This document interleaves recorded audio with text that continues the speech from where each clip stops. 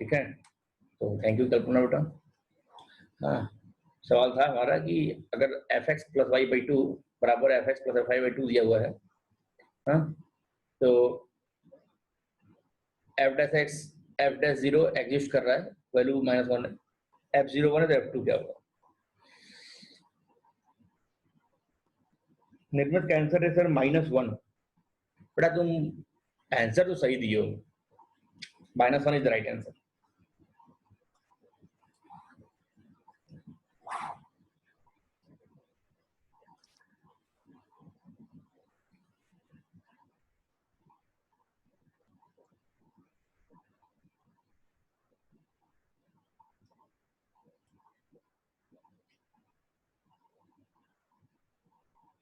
ये line A B, ठीक है। इसका मिड पॉइंट क्या होगा ए बी का? एम बोल दो, मिड पॉइंट एम बोल दो, क्या होगा? x plus Y by two f x plus f y by two, ठीक हो गया। अच्छा, क्योंकि ये y equal to f x function है,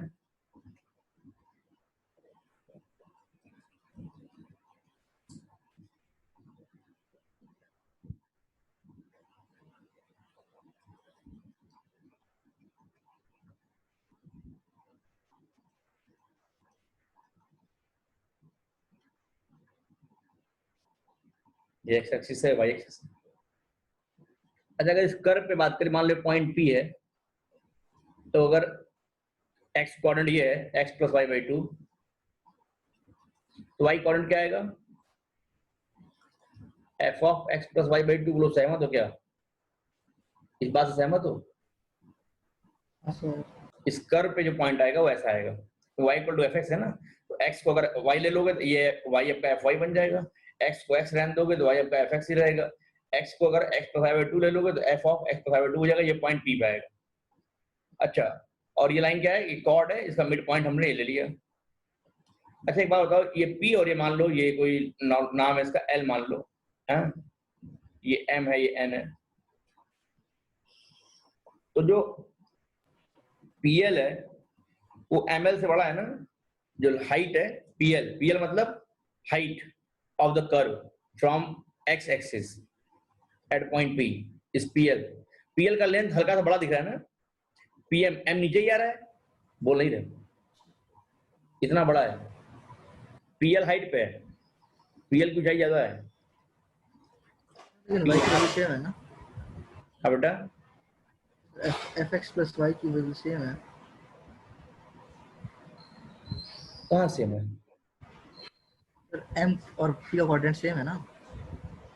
नहीं, M तो ये है ना, M ग्राफिकली देखो, ग्राफिकली M नीचे है और कर्व ऊपर है। अगर ऐसे ग्राफ बनाते तो फिर वो PL छोटा होता, ML बड़ा होता, बात की बात है। According to my construction P ऊपर है, M नीचे, बोलो आ रहा है नहीं आ रहा है?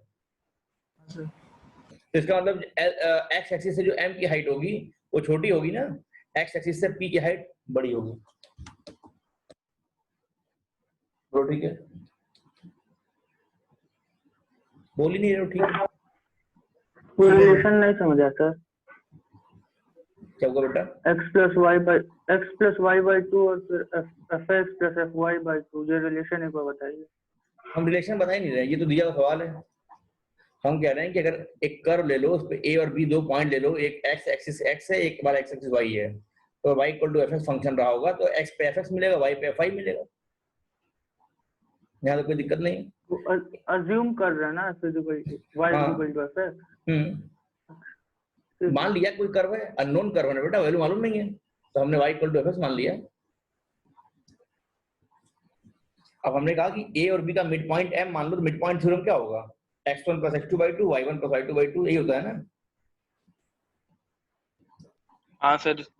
अच्छा, अब हम क्या कह रहे हैं कि आओ इसी के जस्ट ऊपर चलो, तो पॉइंट मान लो P, अगर x कोऑर्डिनेट यही ले लो x plus Y by two, तो इस कर्व पे y की वैल्यू क्या आएगी? तो x की वैल्यू अगर x plus Y by two रख दोगे तो y क्या आएगा? f of x plus Y by two, बोलो हाँ। हाँ सर। तो from figure it can be seen clearly that PL जो लेंथ है वो बड़ा है ML से,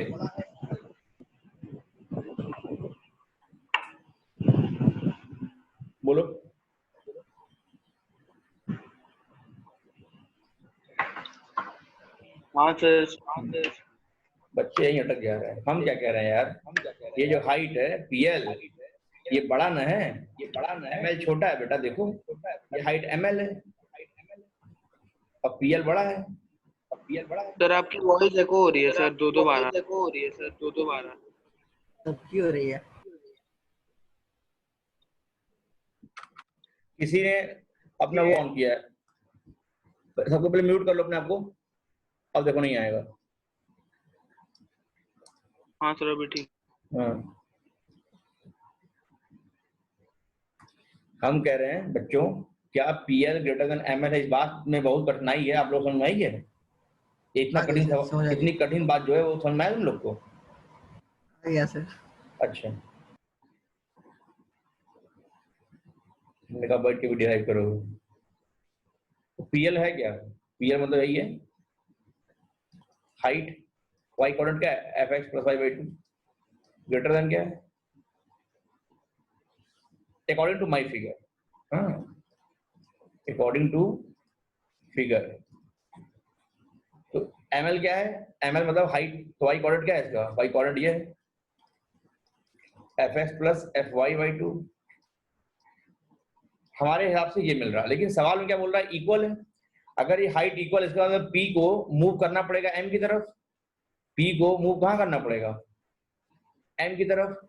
पी को आना पड़ेगा एम के पास। बोलो है कि नहीं? अगर इक्वल है दोनों, अगर दोनों इक्वल हो जाए in question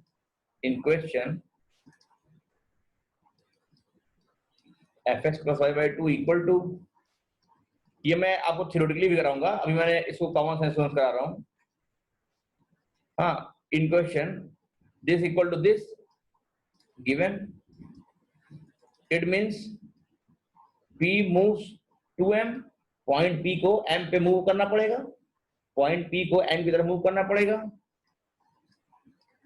Hence P should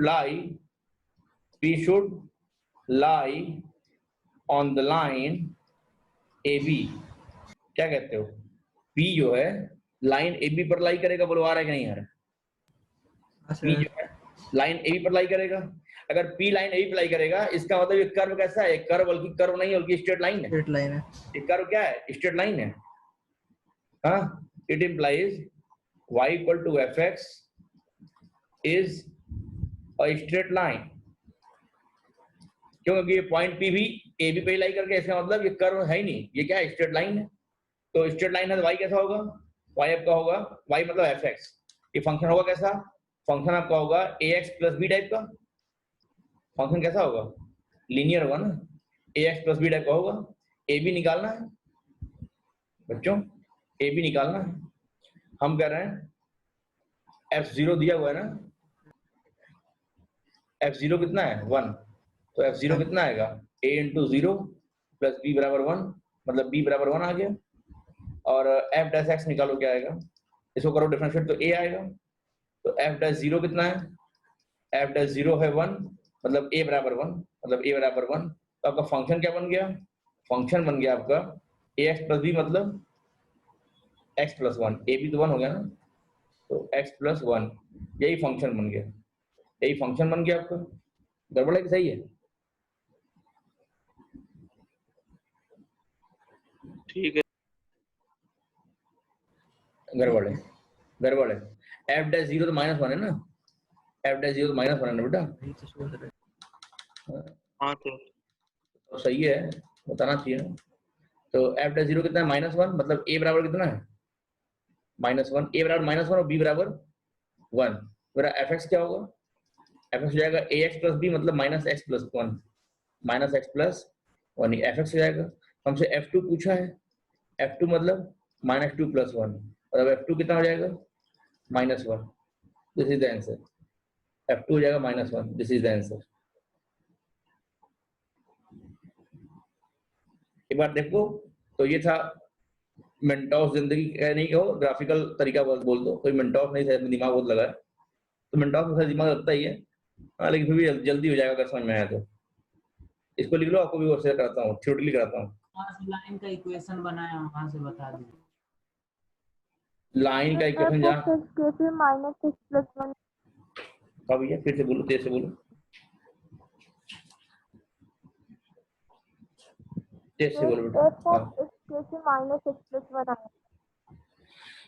fx को हमने ये ले दिया कल्पना बेटा, ठीक है। एफ ऑफ एक्स यहाँ पे कोई दिक्कत तो नहीं है, fx एक स्ट्रेट लाइन है, यहाँ कोई दिक्कत तो नहीं है, कि हमने ये प्रूव कर दिया कि पी एम के पास आएगा।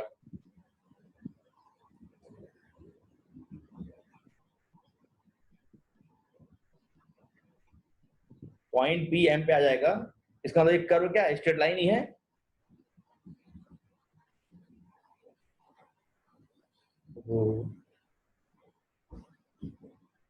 अरे हाँ ना, कुछ बोलो भैया, तो आगे बढ़े।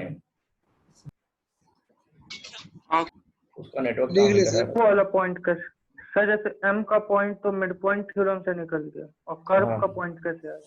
कर्व का हाँ। पॉइंट नहीं बेटा, अगर हम कह रहे हैं अगर मिड पॉइंट पे p m, कैसे आया सर? हम बता रहे हैं m के जस्ट ऊपर p है ना, मतलब x कोऑर्डिनेट सेम होगा ना बेटा, इस लाइन में x कोऑर्डिनेट सेम रहेगा। अगर x कोऑर्डिनेट ये ले लेंगे तो कर्व पे y कितना आएगा, तो यहाँ पे x रख लो तो f ऑफ x + 5/2 यही आएगा।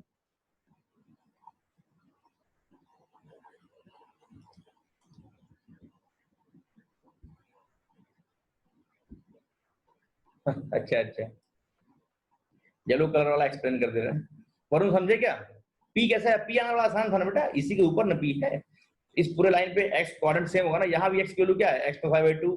ये कोऑर्डिनेट है क्या, x + 5/2, 0 x एक्सिस पे, तो इस लाइन पे तो वही रहेगा ना। तो P भी क्या है, P का x कोऑर्डिनेट तो यही रहेगा, x + 5/2। y कोऑर्डिनेट क्या रहेगा, इसमें रख के निकाल लो, f में x + 5/2। तो हमने कहा सवाल में ये दिया हुआ है, मतलब P को M पे आना पड़ेगा, मतलब P should lie on line AB, on line AB, मतलब AB पे अगर लाई करेगा, इसका मतलब ये फंक्शन क्या है आपका, nothing just straight line. Straight line कैसा होता है, लीनियर इक्वेशन होता है। fx को हमने ax + b मान लिया, अब हमको ax + b निकालना है। सवाल में दिया हुआ है f0 की वैल्यू 1 है, fx = ax + b में हमने x को 0 रख दिया। f0 क्या आएगा, a × 0, a × 0 + b, और f0 1 है, बराबर 1 कर दिया, हमको b1 मिल गया, b हमको 1 मिल गया। अच्छा, अब f'0 बोल रहा है कि -1 है, तो पहले f' निकाल लो। तो इसको जब डिफरेंशिएट करोगे f' को, ax का a आएगा, b का 0, तो a आ जाएगा। अब x को 0 कर दो, तो f'0 कितना है, -1 है, दे रहा है। तो जब इसकी वैल्यू -1 है और ये बराबर a है, मतलब a की वैल्यू -1 हो गई। a और b मिल गया, उठा के यहाँ पे रख दोगे तो आपको fx मिल जाएगा, -x + 1। तो आपको f2 निकालना था, यहाँ पे 2 रख दो, तो आपको -2 + 1 -1 मिल जाएगा, यही आंसर हो जाएगा। देख लो एक बार।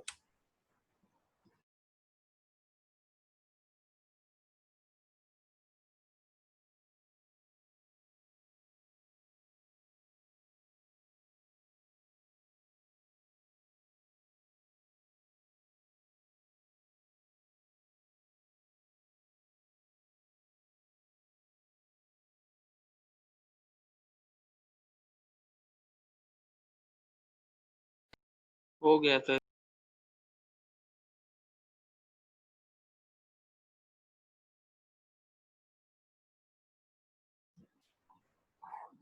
इसी का थ्योरेटिकल अप्रोच देखो।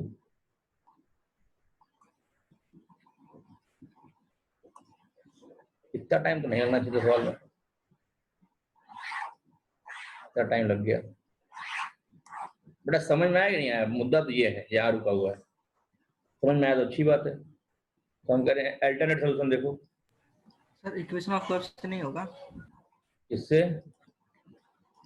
कर्व की इक्वेशन से। कर्व का इक्वेशन तो निकाला हमने बेटा, fx = यही तो आया।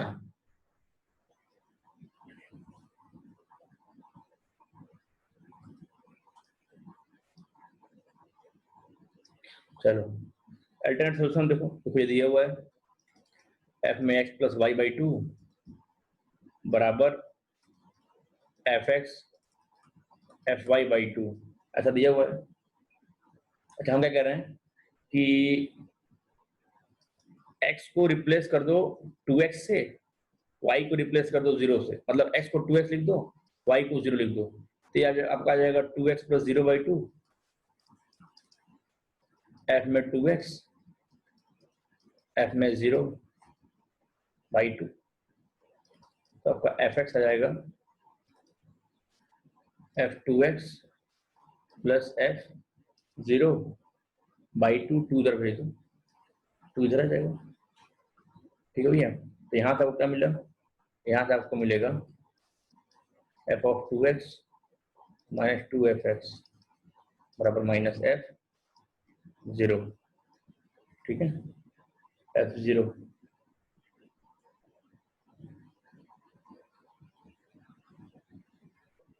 सर F0 -1 दिया है ना? F0 कितना दिया है? 1 दिया है, 1 1 F0 1 दिया, चलो 1 रख देंगे। हाँ, मतलब F of 2x minus 2fx बराबर माइनस 1। इक्वेशन 1 रखे रहो। अच्छा, एफ डैश 0 कह रहा है -1 है ना, एफ डैश 0 कितना है? -1 है। तो एफ डैश एक्स निकालो, एफ डैश एक्स निकालो। एफ डैश एक्स क्या होता है? Limit of h tend to 0 fx plus h। जब भी फंक्शनल इक्वेशन आता है तो इसमें हमेशा फर्स्ट प्रिंसिपल का यूज ही ज्यादा होता है। ठीक है, तो एफ डैश एक्स को हम लिख सकते हैं ना, ये फॉर्मूला होता है फर्स्ट प्रिंसिपल का, F x plus H minus f x upon H. अच्छा, हमको इस फॉर्म में ले आना है ना, बाई 2 वाले फॉर्म में ले आना है।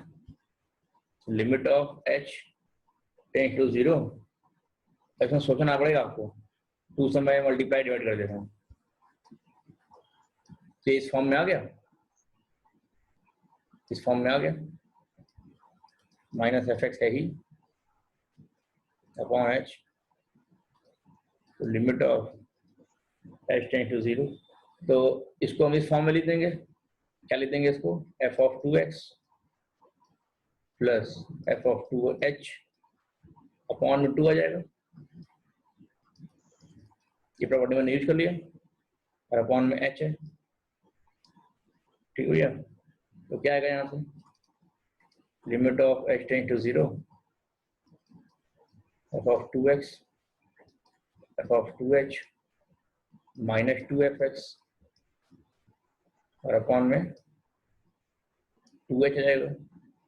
f of 2x minus 2fx value कितनी है? -1 है, ध्यान रख देंगे।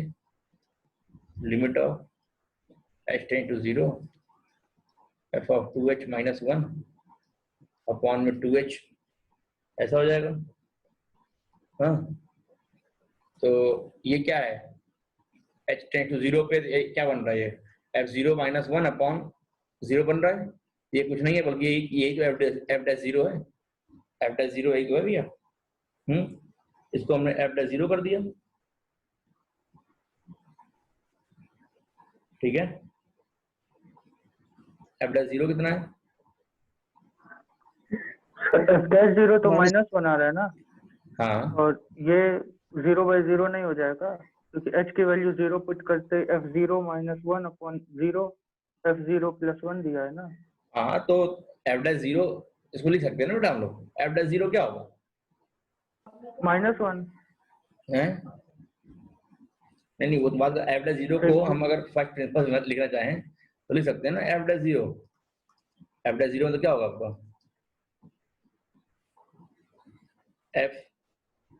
f0 plus h minus f0 upon h limit of h tend to 0, ये लिख सकते हैं ना बेटा। हाँ सर। तो ये क्या आएगा आपका? Limit of h tend to 0 fh, f0 मतलब 1 अपॉन h, यही आएगा। तो अब h लिखो ऊपर नीचे, चाहे दोनों में 2h कर दो, दोनों मतलब क्योंकि आइडेंटिकली दोनों 0 हो रहे हैं अंदर, तो ये वैल्यू क्या है आपका? f डैश 0 है। f डैश 0 को आप ये लिख सकते हो, चाहे आप ये भी लिख सकते हो। इसको हम डायरेक्ट f डैश 0 बोल दिया, कोई दिक्कत तो नहीं है, जिसकी वैल्यू -1 है।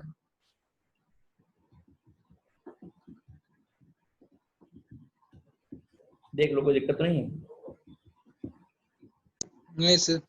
मतलब f डैश x क्या मिल गया हमको? -1 मिल गया। वरुण, सारे बच्चों को आ रहा है? ये सवाल आपके जेईई एडवांस वगैरह में आते हैं, जैसा मैं करा रहा हूँ। ठीक है, बोर्ड में नहीं आते, टेंशन ना लो, ठीक है अभी सीखो केवल। तो ठीक है, -1 आ गया। देख लो यहाँ तो कोई दिक्कत तो नहीं है। हमने इसको कह दिया एफ डैश 0, ये बात पहुंच रही है क्या? नहीं सर। नहीं बचा। वरुण ये वाली बात बच रही है? एफ डैश 0 को हम ये लिख हाँ सकते सर। हैं? हाँ हाँ सर बच गया। तो बेटा हाँ यही सर, तो लिखा वहाँ- है, ये देखो ना, यही तो लिखा हुआ है। 2h को t मान ले भाई, t मान ले, तब h टेंड टू 0 पे t टेंड टू 0 हो जाएगा ना, बात तो सेम है ना, f डैश 0 तो बनेगा। हाँ सर। बेटा h टेंड टू 0 पे ये भी f में 0 अपॉन 0 बन रहा है ना, और ये भी f में 0 हाँ अपॉन 0 सर। बन रहा है, क्या दिक्कत है? f डैश 0 बोल दे इसको, सेम हाँ ही तो है। सर। हाँ सर। ठीक है हाँ भैया? सर। अच्छा ठीक है, तो fx कितना आ गया? f डैश x -1 आ गया आपका। हाँ तो बीच में कर दे रहे हैं, जगह नहीं है, तो f डैश x कितना आ गया आपका? -1 आ गया। अच्छा, अगर f डैश x -1 आ गया तो थोड़ा सा इंटीग्रेशन पढ़े होगे, -1 का इंटीग्रेशन -x + c लिख दे, कोई दिक्कत तो नहीं है? फिजिक्स में थोड़ा बहुत पढ़े होगे यार, हल्का सा इंटीग्रेशन पढ़े होगे। ठीक है सर। 1 का इंटीग्रेशन x होता है, मालूम है? क्योंकि x का डिफरेंशिएशन 1 होता है, तो 1 का इंटीग्रेशन x हो जाएगा। हम करें इसको करो डिफरेंशिएट, यही पाओगे। हम करें fx को करो डिफरेंशिएट, यही पाओगे। f डैश x क्या आएगा? -x का -1 और c कांस्टेंट आ 0 गया। 0 हो जाएगा। ठीक है, यही आएगा। अब बाद में यहाँ पे c निकालना पड़ेगा, तो हमको मालूम क्या है कि f0 दिया हुआ है। f0 कितना है? f0 था 1 ना, मतलब -0 + c, मतलब c बराबर 1 हो गया। तो हमारा fx क्या आया? -x + 1, -x + 1, f0 आ गया मेरा -x + 1। देख लो, कोई दिक्कत तो नहीं है? मेरा fx आ गया -x + 1। ध्यान दो, हो गया।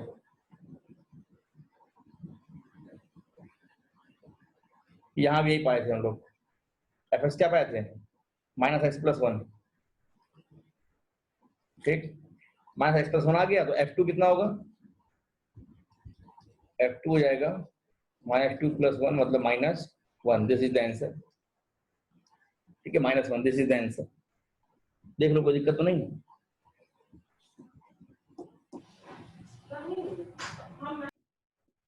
समझ में आया क्या? आधी घंटे से ही सवाल लगा रहे हैं हम लोग। सर ठीक है भैया, आगे बढ़े, माइक ऑफ कर लो। लो आगे बढ़े। बढ़िए सर। अच्छा, एक तरीका और दिखाएं इसका। हाँ सर। अच्छा, हाँ सर सर इससे दिखाइए। आसान है क्या? हाँ इससे भी आसान कह सकते हो।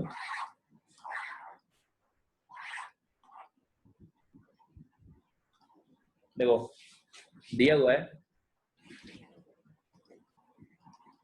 x + y/2 बराबर, बस समझने की बात है, fx + fy/2।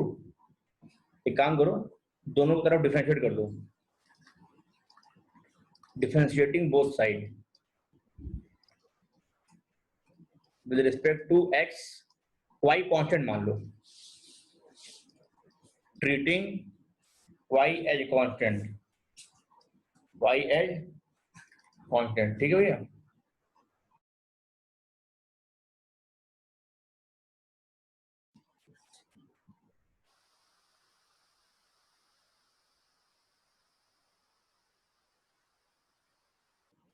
Treating y as constant, तो क्या आएगा? y कांस्टेंट मान लो, तो इसका डिफरेंशिएशन क्या हो जाएगा? देखो, f में कुछ भी, f डैश में कुछ भी, डिफरेंशिएशन ऑफ कुछ भी, तो x/2 का 1/2 हो जाएगा, ये 1/2 बाहर रहेगा, और f क्या हो जाएगा? f डैश x, क्योंकि y कांस्टेंट है तो f में कांस्टेंट लेंगे तो कोई ना कोई कांस्टेंट वैल्यू आएगी, तो ये 0 हो जाएगा। हाँ, y कांस्टेंट अगर मान लोगे तो f में कोई कांस्टेंट अगर लोगे तो वैल्यू कांस्टेंट हो जाएगी, तो वैल्यू 0 हो जाएगा। तो आपको यही मिलेगा कि f डैश x + y/2 बराबर f डैश x। यहाँ तो कोई दिक्कत तो नहीं है? देख लो, कोई दिक्कत तो नहीं, यहाँ तो देख लो सारे बच्चे। नहीं है। हमने x के रेस्पेक्ट में कर दिया डिफरेंशिएट। अच्छा अब एक काम करो, हम ना y x को रिप्लेस कर दो 2x से, ताकि ये x/2x बन जाए, और y को रिप्लेस कर दो 0 से, तो क्या बन जाएगा, ये f'(2x) प्लस 0/2, और ये आपका f'(0) बन जाएगा। यहाँ से f'(x) क्या आएगा, f'(0) मतलब -1 आ जाएगा। अगर f'(x) -1 है तो fx क्या हो जाएगा, इसका इंटीग्रेशन -x + c बराबर है। तो आप यहाँ तक आ गए हो, आप यहाँ तक आ गए, देखो डायरेक्ट हो गया यहाँ तक। ये है मिनटाओ जिंदगी। fx क्या आ गया आपका, इसका इंटीग्रेशन, आप चाहो तो इसको कर लो डिफरेंशिएट, यही पाओगे। तो वापस से f0 क्या है, सर y 0 लिए हैं ना सर, हाँ y को यहाँ पे 0 ट्रीट कर लिया हूँ क्योंकि वैल्यू तो दूसरा x2x लिए हैं तो f'(2x) हो जाएगा ना सर, राइट साइड में। अच्छा हाँ यार, कुछ जगह कुछ गड़बड़ हो गया क्या यहाँ पे। एक काम करो, हमें बनाना यही था, देखो ध्यान दो,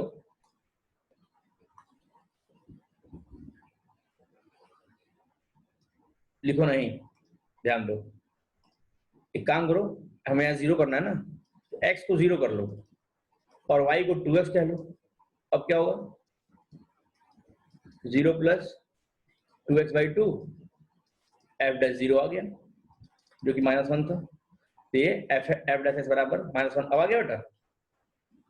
फर्स्ट करेक्ट कर लो वहां पे,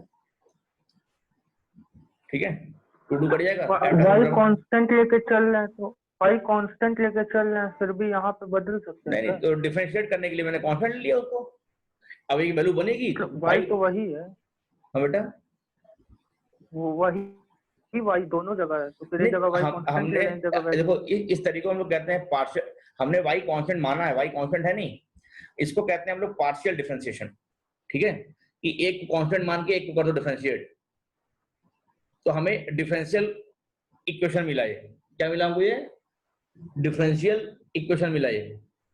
तो जहां पे हमने अब अपने क्योंकि ये x y के लिए वैलिड है, तो हमने y को 2x से रिप्लेस कर दिया, x को 0 कर दिया, तो एक नया इक्वेशन बन गया कुछ ऐसा। कर सकते हो ऐसा वरुण, ठीक है, पार्शियल ऑर्डर डिफरेंशियल डेरिवेटिव बोलते हैं इसको। टाइम ओवर होने वाला है। अच्छा टाइम होने वाला है, यहाँ से f0 रख के निकाल लेंगे, आगे कर लेंगे, तो हमको fx फिर से क्या मिलेगा, -x + 1, तो यहाँ से हमारा f2 कितना आएगा, -1 आएगा।